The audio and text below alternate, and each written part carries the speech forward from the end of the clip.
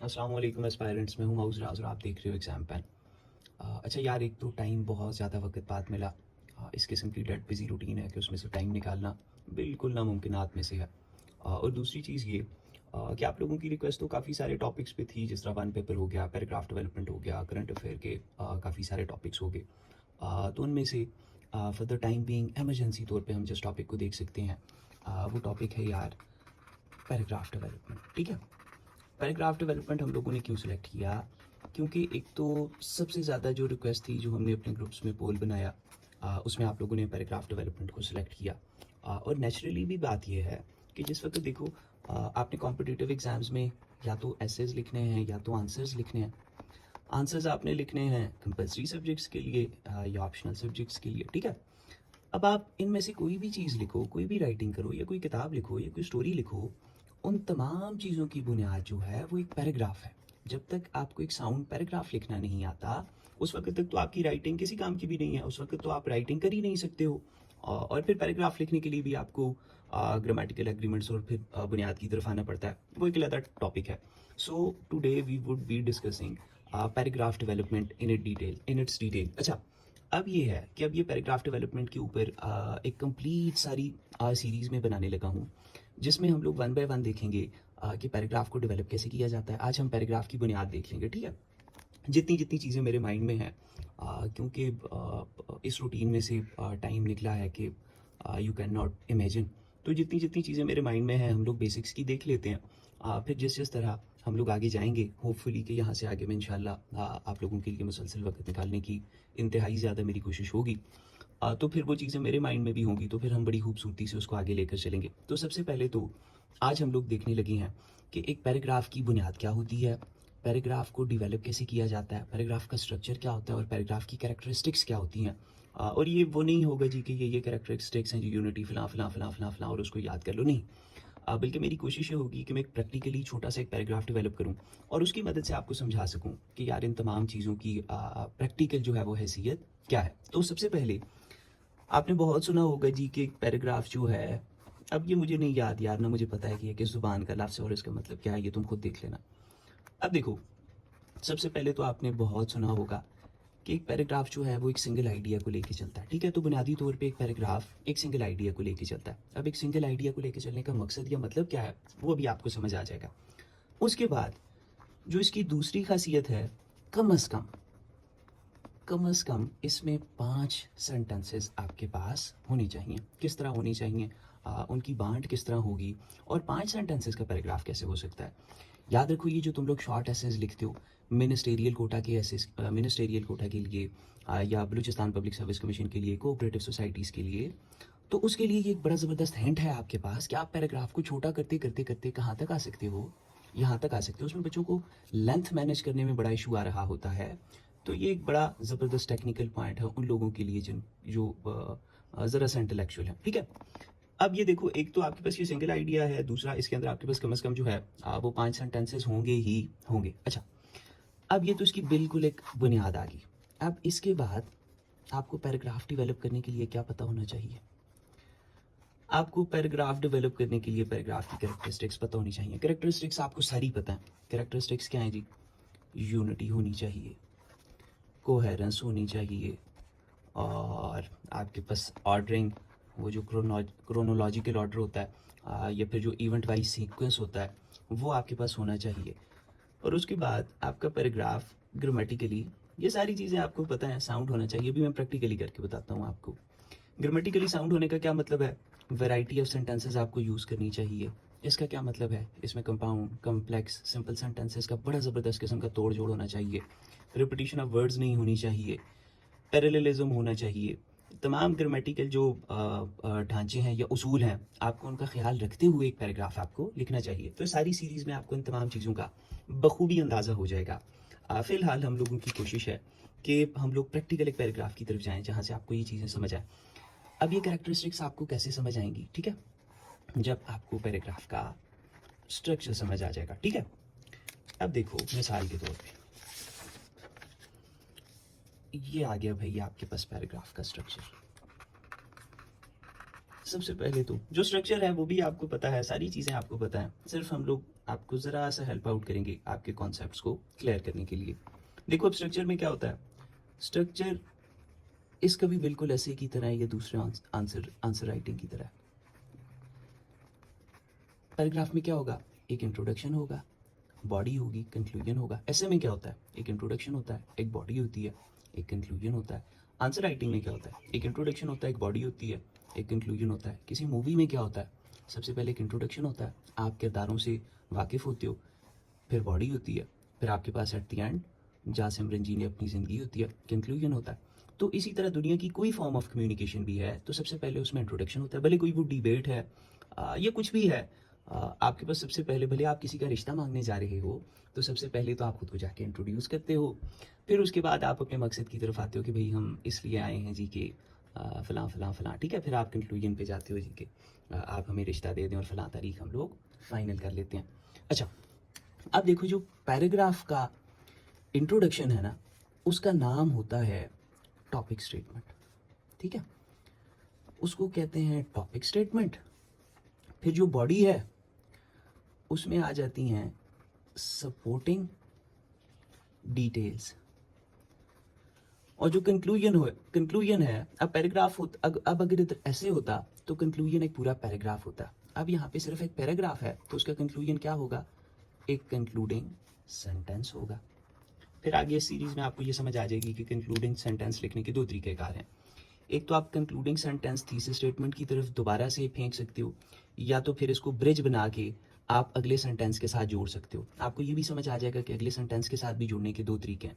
या तो आप उसके स्टार्ट में कनेक्टर डाल सकते हो, जिस तरह similarly, more over, additionally, firstly, secondly, या तो फिर आप पिछले वाले पैराग्राफ के आखिर में हुक डाल सकते हो, ठीक है, और वो हुक आपको अगले पैराग्राफ से जोड़ेगी, ठीक है। ये चीज़ें आपको समझ आ जाएंगी, कंफ्यूज होने की ज़रूरत नहीं है। इसलिए बहुत सारी चीज़ें मैं यहाँ पे बताने से पहले मैं चाहता हूँ कि हम प्रैक्टिकल पैराग्राफ की तरफ चले जाएं, बट उससे पहले आपकी ज़रा सा बुनियाद क्लियर कर रहा हूँ। ये चीज़ें अगर समझ नहीं आ रही, कंफ्यूज नहीं होना, जिस वक्त मैं इन चीज़ों पे जाऊँगा आपको समझ आ जाएंगी। अब मिसाल के तौर पे हम कोई भी टॉपिक ले लेते हैं, हम उस पर एक छोटा सा पैराग्राफ लिखना चाहते हैं, जो आज का हमारा मकसद है। मिसाल के तौर पे हम क्लाइमेट, बल्कि हम सोशल मीडिया पे एक पैराग्राफ लिखने की कोशिश करते हैं जिससे हमें बड़ा मज़ा आएगा। अच्छा, इस तरह नहीं करते, हम इस तरह करते हैं, हम इसको इधर करते हैं। कहीं से मुझे बस ये टूटा फूटा पेपर बोर्ड मिला। कोशिश मेरी ये थी कि बस हम लोग एक लेक्चर हो जाना चाहिए, 2 महीने हो गए और वक्त अभी भी इस तरह है कि बस एक ट्रेनिंग पे मैं जाने लगा हूँ, जिस तरह ही आपका लेक्चर कंप्लीट करूँगा एंड आई एम गॉन। अच्छा, अब देखो भाई, इसको सामने रखते हैं, फिर मैं आपको सिखाऊंगा कि जो मैंने कैरेक्टरिस्टिक्स लिखी हैं ये मोटी मोटी आपको अभी समझ आ जाएंगी। फिर जिस तरह मैं इस सीरीज़ में आगे जाऊँगा तो it would be perfectly fine, ठीक है। अब मिसाल के तौर पे हम सोशल मीडिया को देखते हैं।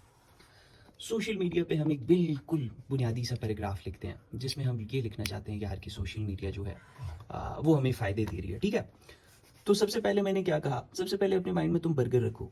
ये तुम्हारे पास आ गया टॉपिक सेंटेंस, ये तुम्हारे पास नीचे आ गया कंक्लूडिंग सेंटेंस, ये तुम्हारे पास दरमियान में आगे वो इसका मीट और इसकी वो प्याज और टमाटर, और आपके पास जो भी आप इसके अंदर जो जो जो चीज़ें पसंद करते हो, चीज़ और धनिया और लहसुन, ये उसके दरमियान की चीज़ें आएगी, ठीक है। बेसिकली पैराग्राफ का स्ट्रक्चर एक बर्गर की तरह होता है, ठीक है। अच्छा, अब देखो, अच्छा ये जो आखिरी वाला है इसको अब लिखने के ये दो तरीके हैं, ये चीज़ आपको समझ आ जाएगी, और ये बड़ी अहम चीज़ है आपके पास कोहेरेंस रखने के लिए बॉडी में। अभी मैं आपको सिखाता हूँ कोहेरेंस क्या होती है। अब मिसाल के तौर पे हम छोटी सी ब्रेनस्टॉर्मिंग करते हैं, आपको ये भी समझ आ जाएगी कि ब्रेनस्टॉर्मिंग क्या होती है। मिसाल के तौर पे अब आप मुझे बताओ कि सोशल मीडिया के क्या क्या फ़ायदे होते हैं, ठीक है। सबसे पहला फ़ायदा जी, हर उल्लू के माइंड में भी आएगा कि भाई सोशल मीडिया क्या करता है, लोगों को जोड़ता है, कनेक्ट्स पीपल। दूसरा कोई फ़ायदा बताओ जी। दूसरा फ़ायदा सोशल मीडिया का भाई ये है कि सोशल मीडिया बिजनेसेस को प्रमोट करने के लिए लोग यूज़ करते हैं, ठीक है। अभी देखो वो कपड़ों से लेकर सुई तक सब कुछ जो है बिजनेस प्रमोशन आप लोग सोशल मीडिया के ऊपर सेल कर रहे हो, ठीक है। सोशल मीडिया क्या है आपके पास, ये यूट्यूब हो गया, टिकटॉक हो गया, गूगल हो गया, इंस्टा हो गया, ये सारी चीज़ें आपके पास सोशल मीडिया है। फिर जी कोई तीसरा मुझे फ़ायदा बता दो सोशल मीडिया का। सोशल मीडिया एजुकेशन को ले लेते हैं, मैं अभी लगा हुआ क्या कर रहा हूँ और आप लोग अभी बैठे हुए क्या कर रहे हो, एजुकेशन एंड लर्निंग, ठीक है। बस काफ़ी हो गए, 3 क्यों लिखे वो भी मैंने बताता हूँ। मैंने आपको क्या कहा था कि एक पैराग्राफ में कम से कम ना आपके पास 5 जुमले तो होने चाहिए। अब देखो, एक जुमला आ गया टॉपिक, एक जुमला आ गया कंक्लूडिंग, दरम्यान में कितने जुमलों की गुंजाइश बनी? 3 की गुंजाइश बनी। वो 3 हम लोगों ने ब्रेनस्टॉर्मिंग के ज़रिए, इसी तरह आप ऐसे में ब्रेनस्टॉर्मिंग करके अपने आइडियाज़ पैदा करते हो। आपने मेरे लेक्चर्स देखे होंगे। ब्रेनस्टॉर्मिंग आपके पास बड़ी ज़बरदस्त टेक्निक है। अगर आपको ये आ गई ना तो बस आपका तो सर का बोझ कंधों पे आ जाएगा। अब देखो, मिसाल के तौर पे ये हमारे पास बर्गर का ऊपर वाला हिस्सा, ये नीचे वाला, दरम्यान में 3 चीज़ें हमने डालनी हैं, प्याज, टमाटर और गोश्त। अच्छा, अब ये चीज़ें हमारे पास आ गई। अब हम लोगों का मकसद ये है कि हम लोगों ने सबसे पहले तो लिखना है टॉपिक स्टेटमेंट। अब बहुत से लोग इस तरह करते हैं कि टॉपिक स्टेटमेंट लिखते वक्त ना, मिसाल के तौर पे अब मैं सोशल मीडिया के फ़ायदे लिख रहा हूँ ना, तो आप इधर से शुरू कर दोगे जी social media is very beneficial in connecting people all across the world. And आप ये जो है ना, ये अब सपोर्टिंग डिटेल है, ये भी सपोर्टिंग डिटेल है, ये सपोर्टिंग डिटेल है। आप कभी भी सपोर्टिंग डिटेल को ना टॉपिक स्टेटमेंट नहीं बनाओगे। अक्सर इस तरह होता है, हम लोग सपोर्टिंग डिटेल, जिस चीज़ को सपोर्टिंग डिटेल जितनी अहमियत देनी चाहिए, हम उसको टॉपिक स्टेटमेंट की अहमियत दे देते हैं, जिससे काम गलत हो जाता है। ठीक है, तो जिसकी जितनी कीमत हो उसको उतनी अहमियत दो। तो यहाँ पर आपने इस तरह की टॉपिक स्टेटमेंट बनाने की कोशिश करनी है कि जो टॉपिक स्टेटमेंट इन 3 बातों को अपने अंदर समो ले। मिसाल के तौर पे मैं कहता हूँ कि भाई social media is very beneficial for human beings, या मैं कह देता हूँ, आसान कर देते हैं, मैं कहता हूँ जी social media is helpful for us in many ways. अब ये जो मैंने यहाँ पर, ठहरो एक और मार्कर भी मुझे मिल गया है तो उसको, ये जो मैंने यहाँ पर मैनी वेज लिखा है, अब मैनी वेज ने ये किया है कि मैनी वेज ने मेरे लिए रास्ते खोल दिए हैं कि मैं इन तमाम चीज़ों को, बल्कि इसके साथ 10 चीज़ें और भी हों, तो मैनी वेज इस किस्म का वर्ड है, ये इस किस्म का होलिस्टिक वर्ड है कि जो अपने अंदर इन तमाम चीज़ों को समो लेगा। अब देखो, मैंने आपको कहा था ना कि ऐसे में जिस तरह इंट्रोडक्शन होता है, तो पैराग्राफ में उसी तरह टॉपिक्स सेंटेंस होता है। अब इंट्रोडक्शन में आपके पास जो थीसिस स्टेटमेंट होती है ना, उसमें भी आप इस किस्म के अल्फाज यूज़ करते हो कि जो आगे ऐसे आए ना तो सारे ऐसे को अपने अंदर समो लें। इसके ऊपर मेरा वो 20 मिनट्स ऐसे राइटिंग टेक्निक भी है, वो भी जाके आप लोग देख लो, आपको बड़ा फ़ायदा होगा। खैर, अब मैं उस तरफ जाना नहीं चाहता, फिर हम लोगों का काम ख़राब हो जाएगा। अच्छा, अब देखो, मिसाल के तौर पे ये चीज़ थी मेरे पास, ठीक है। अब मैं इसको यहाँ पे ना, अब मैं आहिस्ता आहिस्ता अपने इस टॉपिक स्टेटमेंट को, ये जो मैंने यहाँ पर दे दी, 1 बाय 1 करके ना सब्सटेंशिएट करने की कोशिश करूँगा। अब मैं, ये जो है ना, ये मेरा कंट्रोलिंग आइडिया है। हमने कहा था ना कि ऐसे जो है वो सिंगल आइडिया के गिर्द घूमेगा, तो ये है वो सिंगल आइडिया जिसके गिर्द अब हमारा पैराग्राफ घूमेगा। सॉरी, मैं पैराग्राफ ऐसे को मिक्स करूँ। हमने कहा कि पैराग्राफ जो है वो सिंगल आइडिया के गिर्द घूमेगा, तो वो सिंगल आइडिया क्या होगा इस पैराग्राफ में कि भाई सोशल मीडिया हमें बहुत से फ़ायदे देता है। अगर हम यहाँ पे लिखते कि सोशल मीडिया के बहुत से नुकसानात हैं, तो हमारा सिंगल आइडिया यहाँ पे क्या होता कि भाई सोशल मीडिया के बहुत से नुकसानात हैं, हम उस सिंगल आइडिया को इस पैराग्राफ में लेके चलते। अगर मेरा यहाँ पे पैराग्राफ का मकसद ये होता है कि सोशल मीडिया बिजनेसेस के लिए बड़ा ही हेल्पफुल है, तो फिर हमारा सिंगल आइडिया यहाँ पे क्या हो जाता है जी कि सोशल मीडिया बिजनेस के लिए बड़ा हेल्पफुल है। यहाँ पे जो सारी डिटेल्स होती, फिर मैं वो इस हिसाब से देता कि जिस हिसाब से मैं अपना टॉपिक स्टेटमेंट फ्रेज करता। अब यहाँ पे मैंने क्या कहा, मेरा कंट्रोलिंग आइडिया क्या है, मेरा जो एक ही आइडिया में जो पैराग्राफ में लेके चलने लगा हूँ वो क्या है, वो ये है कि सोशल मीडिया जो है वो बहुत ज़्यादा हेल्पफुल है आपके लिए। ठीक है, किस तरह हेल्पफुल है, सबसे पहली चीज़ की तरफ आ जाओ। इट हेल्प्स क्या, बल्कि इस तरह कर देते हैं, इट, आपने कटिंग नहीं करनी है, अच्छा मैं आपको समझाने के लिए कर रहा हूँ। It connect people from all over the world, ठीक है, एंड उनको मदद करता है किस चीज़ में, and helps them stay in touch. ठीक, बिल्कुल आपके लिए एक बुनियादी सी नौइयत का हम लोग पैराग्राफ बना रहे हैं। तो ये हम लोगों ने अपनी पहली बात को जुमले की सेंस में कन्वर्ट कर लिया, और ये बात इसी चीज़ को प्रूव कर रही है कि भाई सोशल मीडिया के बहुत से फ़वाइद हैं। तो एक फ़ायदा हमने लिख लिया, क्या है जी भाई, कि it connects people from all over the world and helps them stay in touch. अच्छा, बहुत से लोग अब यहाँ पे हेल्प लिखेंगे, हेल्प्स नहीं लिखते, जबकि हमारा सब्जेक्ट यहाँ पे इट ही है, तो सिंगुलर है, तो यहाँ पे हमारे पास हेल्प्स ही आना चाहिए। ये बिल्कुल बुनियादी सी चीज़ है, आप लोग गलत कर जाते हो। ठीक है, ये वो चीज़ें होती है ग्रामर की छोटी छोटी जो आपको पैराग्राफ में आनी चाहिए, कोई इतनी बड़ी रॉकेट साइंस नहीं होती। उसके बाद आ जाओ कि भाई बिजनेस प्रमोशन क्या है, कि बहुत सारे जो सोशल मीडिया के प्लेटफॉर्म हैं वो क्या करते हैं, अपने प्रोडक्ट्स को बेचने के लिए सोशल मीडिया का इस्तेमाल करते हैं, नए लोगों तक पहुंचने के लिए, नए कस्टमर्स को फाइंड करने के लिए सोशल मीडिया का इस्तेमाल करते हैं। ये सोशल मीडिया का एक बहुत बड़ा फ़ायदा है। तो हम लोग कहेंगे कि many businesses use social media to sell क्या, to sell THEIR their products, और क्या, and क्या, and find new customers।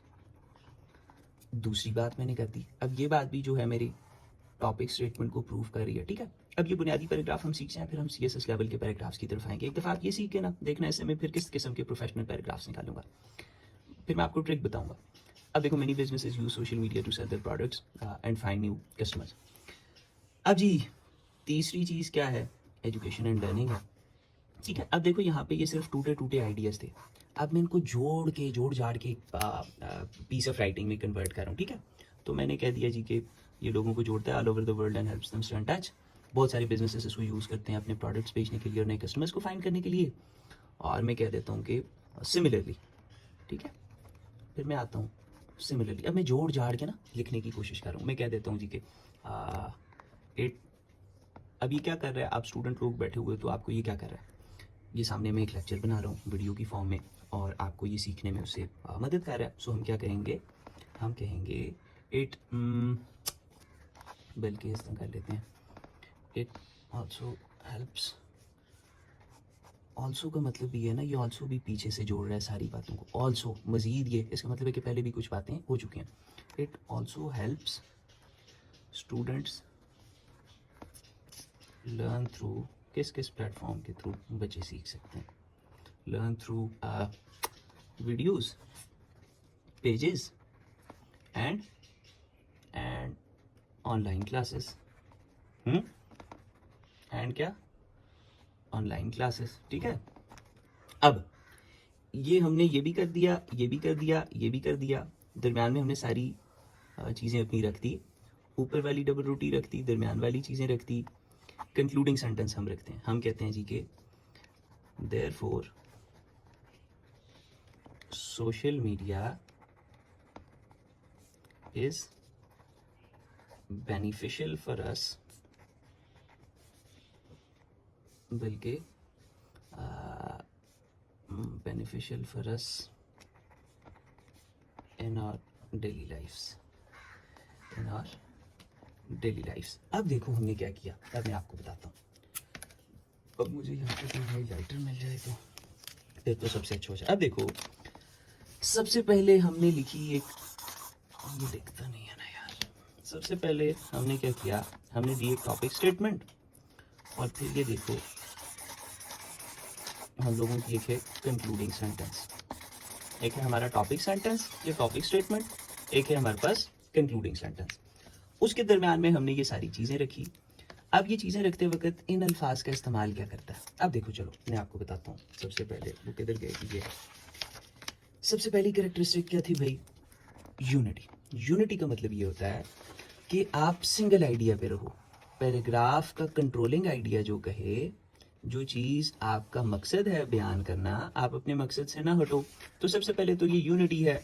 मैंने अपना मकसद डिफाइन किया कि भाई सोशल मीडिया के बहुत सारे फ़ायदे हैं, फिर मैंने वो फ़ायदे ही बताए हैं। ये नहीं है कि फिर मैं नुकसान पे चला गया, या मैं ये बताने लग गया कि सोशल मीडिया किस तरह लोगों का फोकस बर्बाद कर रहा है, या मैं ये बताने लग गया कि सोशल मीडिया पे जो जर्नलिस्ट बैठे हुए वो किस तरह लोगों की ओपिनियंस के साथ खेल रहे हैं। नहीं, मैंने सिर्फ इतना बताया कि सोशल मीडिया के फ़ायदे क्या क्या। तो उसके बाद दूसरी चीज़ है कोहेरेंस। कोहेरेंस का मतलब ये होता है ना यार, सादे अल्फाज में, कनेक्टिविटी।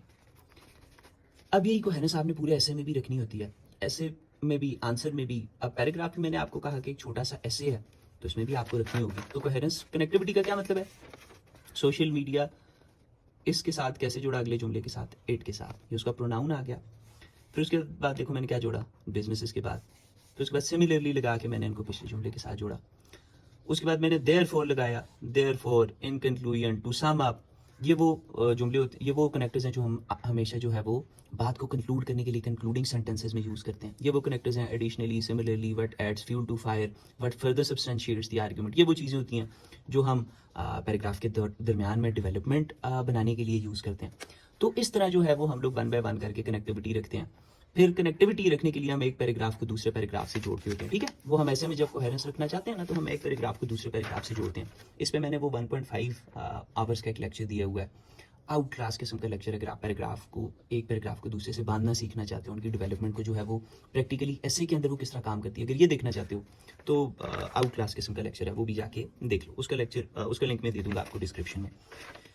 ऑर्डर और सीक्वेंसिंग पे बात हम तब करेंगे जिस वक्त मैं आर्ग्यूमेंटेटिव और परसुएसिव पैराग्राफ्स आगे आप लोगों के लिए लिखूंगा। और ग्रामेटिकली साउंड होना चाहिए। कुछ ग्रामर की चीज़ें मैंने आपसे डिस्कस कर ली। फिर जो रेपिटेशन नहीं होनी चाहिए, पैरेललिज्म होना चाहिए, वो चीज़ें भी इंशाल्लाह मैं आगे आप लोगों के साथ लेकर चलूँगा। फिलहाल तक ना ये है वो बुनियादी पैराग्राफ जो आपको लिखना सीखना चाहिए। प्रैक्टिस के दौरान ना आपको इस किस्म के पैराग्राफ्स बनाने चाहिए। फिर अब सपोर्टिंग डिटेल्स में ये होता है ना कि आप लोग सपोर्टिंग डिटेल्स में ना, मैं आपको बताता हूँ, आप रेफरेंसेस देते हो, आप नेशनल इंटरनेशनल रिपोर्ट्स देते हो, आप जो है वो कोट्स देते हो, आप जो है कुछ चीज़ें लॉजिक की मदद से प्रूव करते हो। तो ये चीज़ें कब और कैसे एक पैराग्राफ में डाली जाती हैं, और पैराग्राफ्स की कौन कौन सी टाइप्स होती हैं। और टाइप्स में आपने तो बड़ा सुना होगा जी, डिस्क्रिप्टिव है जी, ये पर्सुएसिव है जी, ये आर्ग्यूमेंटेटिव है जी, बट आपको उसका प्रैक्टिकल इस्तेमाल अभी तक नहीं आया। तो यहाँ से आगे जो हम लोग एक सीक्वेंस में जाएंगे इंशाल्लाह, जो आने वाला लेक्चर है, अब मैं देखता हूँ वो किस चीज़ पे ज़्यादा मुनासिब है, तो वो मैं रखूँगा जिस तरह, तो आपको ये सारी चीज़ें इंशाल्लाह प्रैक्टिकली समझ आने लग जाएंगी, ठीक है। सो थैंक यू, फी मान अल्लाह, अल्लाह हाफ़िज़।